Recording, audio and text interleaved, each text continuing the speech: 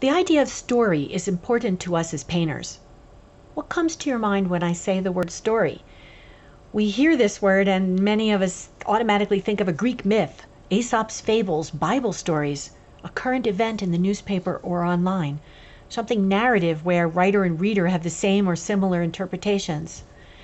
I want to use the word loosely, though, for this next lecture and give it a broader meaning, one that's going to help us view our work more deeply and achieve the results for the viewer response that we want. Painters usually want to communicate something from themselves to a viewer with their art. We could say that a painting is a vehicle of communication between painter and viewer. When viewing paintings, I like to pay attention to my first response. I found that this first response can be intellectual, emotional, or both. It can also be spiritual, but for the sake of ease in this discussion, let's put spiritual into the category with emotional. So I could just say intellectual versus emotional. So basically, when we look at a painting, what is the very first response? Is the immediate first impact a thought or a feeling? Does the painting image stimulate our brain or our heart? A painting can stimulate both, but usually one is more immediate than the other. Remember I said I want to slow down the viewing process. So we're looking at that first impact of the painting. So what might be an example of a painting that stimulates our brain or our intellect first? Well, for me, Andy Warhol's soup can paintings come to mind first, and this gives us a good example of an image that provokes an intellectual response. Sure, this painting has aesthetic appeal, but Warhol's primary intent, I believe, is for the viewer to think about the relationship between commercialism, marketing, and the art world, those three. With Warhol, it's the idea we probably notice first. It's the idea that I think Warhol wanted us to notice first. The image goes to our head first to stimulate thought and idea, and then we might notice the aesthetics of it. This painting is by a friend and colleague of mine, Gigi Mills, and this painting is a good one to pair with Warhol because here I feel it's primarily emotional. Yes, the image has narrative elements and it can stimulate thought, but emotion, I feel, is what hits us first. Take a moment and see if you agree. It's okay to disagree with me. By the way, that's an essential aspect of art, is inspiring discussion or inspiring argument. So feel free to disagree with me, but what emotions come up for you here? Now, I asked an audience about her work. I was asked to give a talk during one of her shows, and I asked everyone that was standing there surrounded by her work what some emotions that they felt were offered in these paintings. And they came up with the following. They came up with mystery, intrigue, melancholy, tenderness, meditative, stillness, longing, desire, wonder, solitude. By the way, that audience got very excited about coming up with their own emotions, and they all agreed that it was more emotional when I asked them what they thought. I do have an article I wrote about that show and that talk that I gave, and I will list it with the assignments with this lecture. This painting in particular, it could easily stimulate a story, right? Who is she? Why is she lying down? But again, that first response, I feel that emotion would be the first response, then followed by mystery and imagination, inspiring an imagined story from the viewer. This was an interesting painting here. Here the artist took text from a book about art appreciation, and he had it painted by a professional sign painter. So in a way, he's like a director.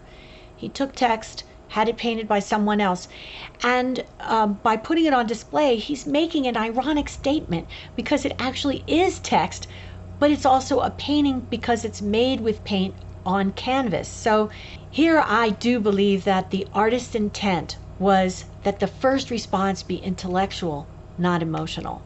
And that reminded me of the famous Marcel Duchamp's sculpture, his invention of the ready-made. And this was in 1917 using a porcelain urinal signed R. Mutt. I do believe that here it seems quite obvious that the artist Duchamp was intending for the response to be intellectual rather than emotional. And you can read more about him on Wikipedia, a very famous artist, and this made a huge impact on the art world when he did this. We've looked at examples of ways that paintings can create different viewing responses.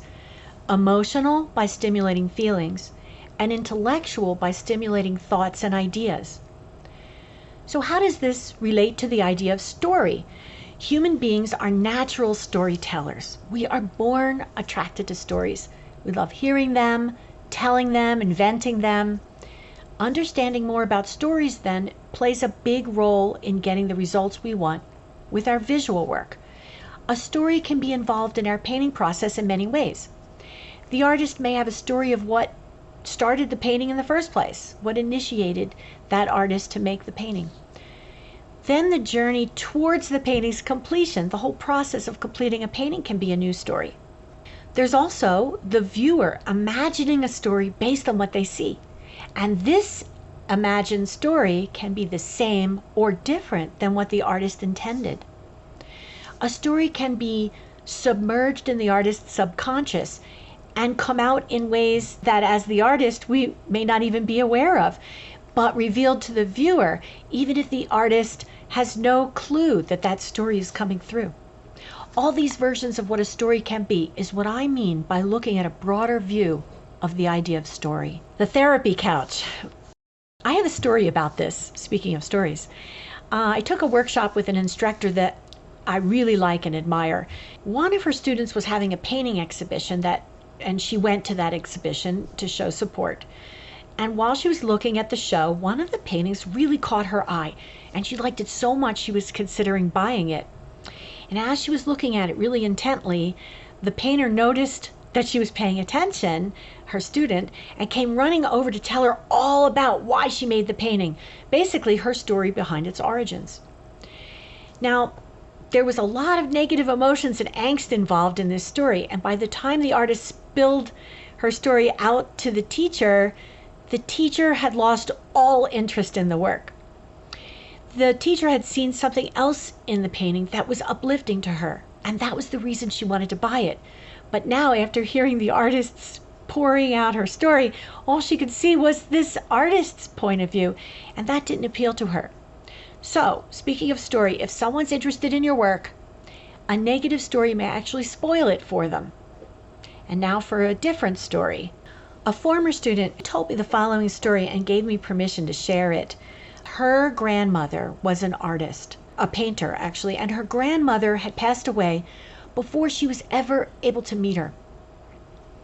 One day, someone from the family discovered her grandmother's sketchbooks in an attic, and since Colleen is the name of the student, since Colleen was just beginning to paint, she sent them to Colleen, figuring she would like them. Now, Colleen just treasured having a connection with her grandmother since she had never met her, and she really liked the sketches. So Colleen cut some of her grandmother's sketches up, collaged them into her work, and other sketches she kept as is, using them as inspirational references. And she asked me, when we were talking about this idea of story, if I thought she should tell viewers this story by adding a tag on the back of the paintings that told about her inspiration from her grandmother. Now, if I was at a show of Colleen's work and saw a story on maybe a text board about this and how the show was inspired by the sketchbooks of her grandmother, who she had never met, I would be much more engaged in the exhibition. It would add more meaning for me. And if she added a tag on the back of each of the paintings that told about where those collaged sketches came from or where her inspiration came from, I think it would really add. So I wanted to bring this story up because the last story, if an artist told a viewer while they were looking at the work about this story, it turned someone away.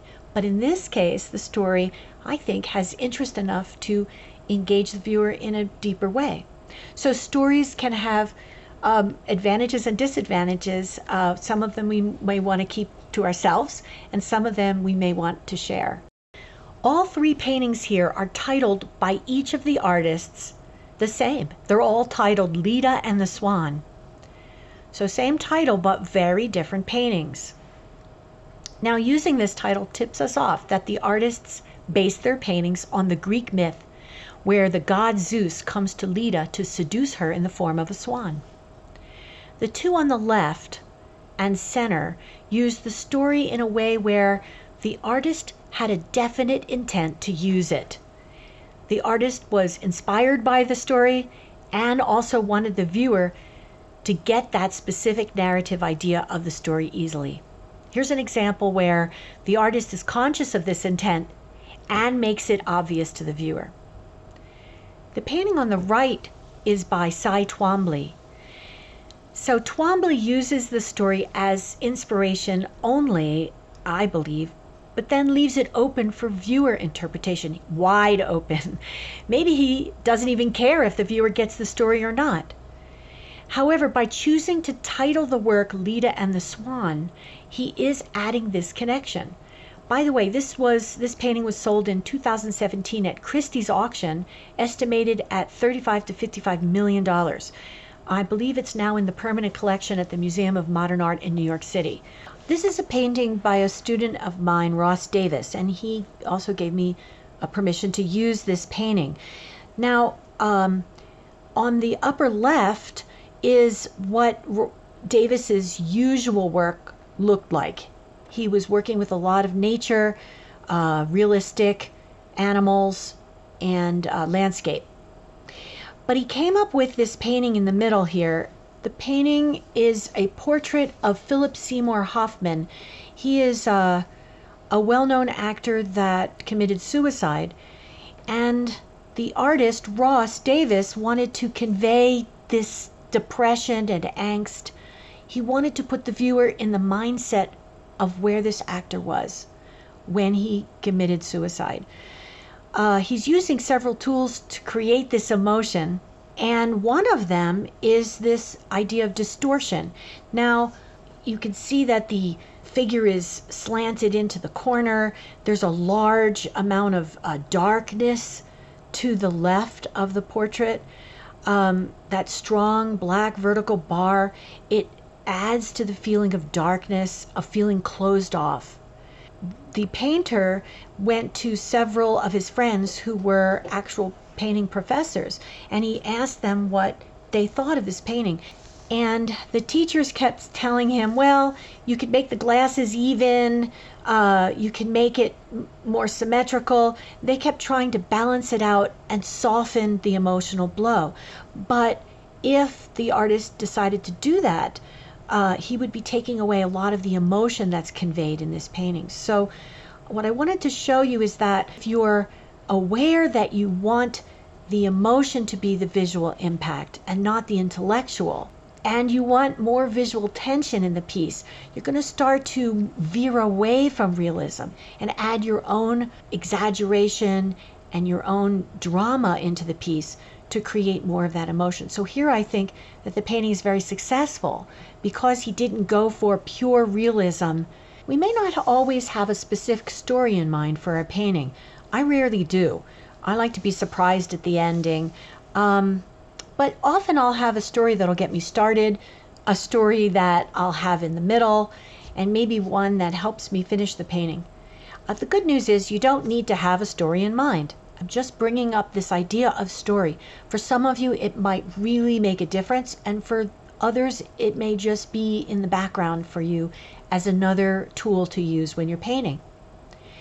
Now, the reason I wanted to bring up that stories don't really matter is because there's an interesting concept that our brains are hardwired to find a story in anything that we look at. And so here is the first card in a Rorschach test deck. For those of you that are not familiar with the Rorschach deck, it's a deck of cards. Basically, the idea was to create images that weren't anything. They didn't represent anything, but that psychologists and psychiatrists could use this deck to present to their clients and find out what stories are in their head, because whatever stories are in their head, that's what they would see with these ink blots.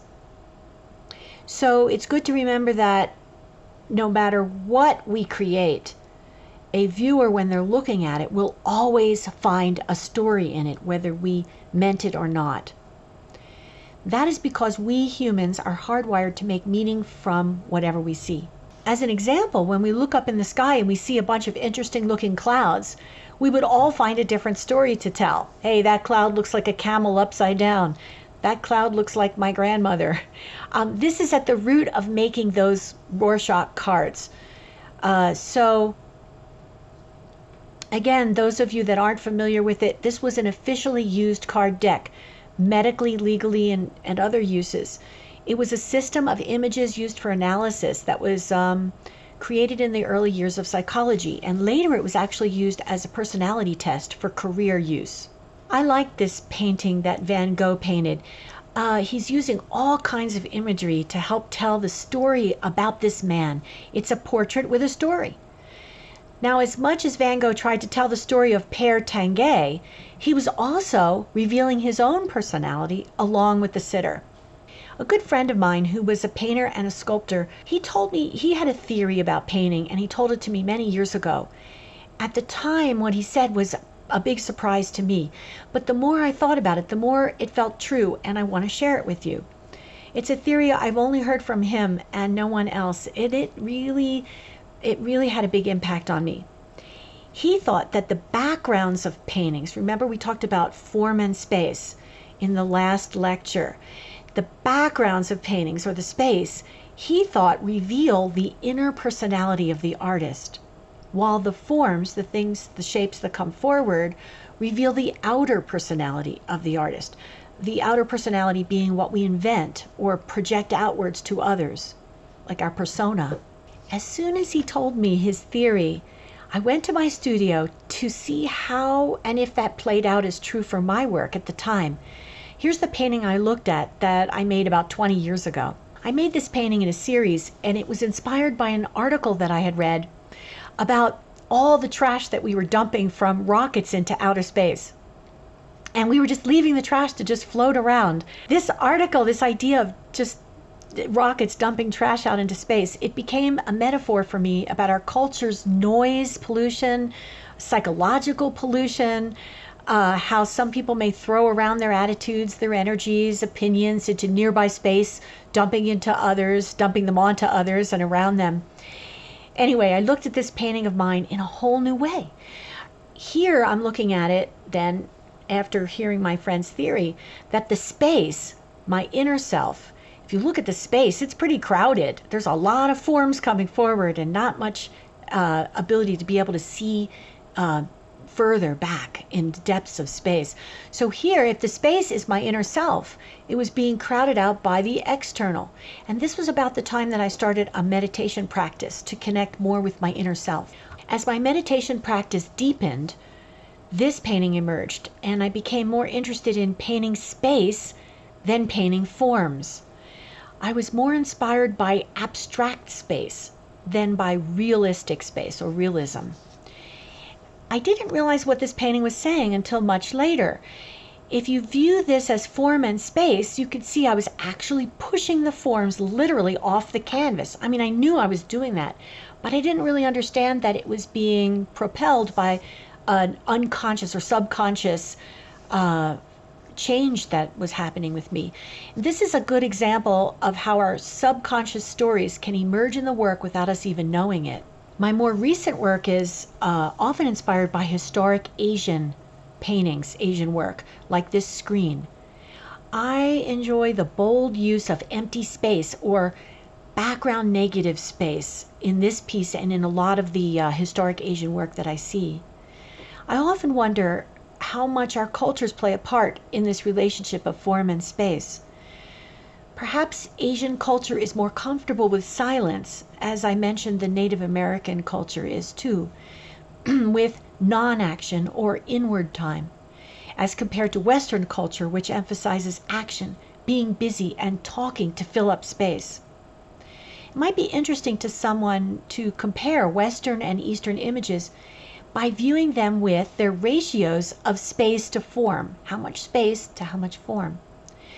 This painting feels like it has more space and less form, while the last painting that I showed about cosmic space had less space and more form. And this was nothing that I planned. I was just painting, and it was much later that I was looking at the paintings with this viewpoint that I discovered that the paintings were actually revealing more about my subconscious than I knew was happening at the time. Here is an early painting I made during the transition when I wanted to paint more space and less form. There's architectural elements framing the space, like doors and windows, but the architecture appears as fragments, like it's not solidly there. At the time, I saw buildings and forms slowly dissolving in space, as if they were wearing away with time and also becoming less important to me. I eventually got rid of almost all form altogether, and so I could make paintings about the abundance of space. Using the ocean felt like a good way to balance form and space without introducing too much form.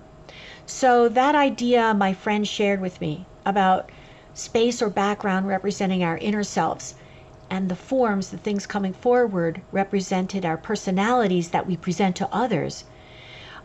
What we present forward, literally, makes sense that forms come forward and we keep our inner selves in the background.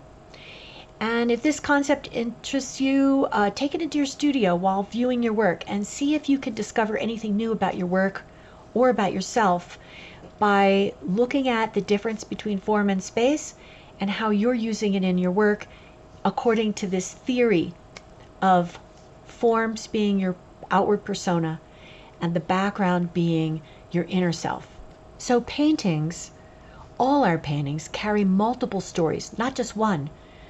Some specific, some open-ended, some subconscious, some intentional, and some not.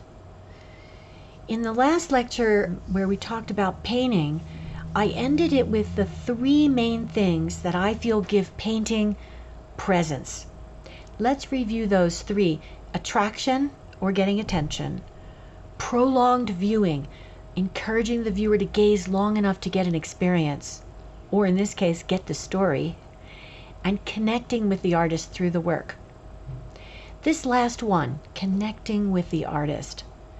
Becoming aware of all of our stories that play a part in our painting, I feel is key to creating this connection.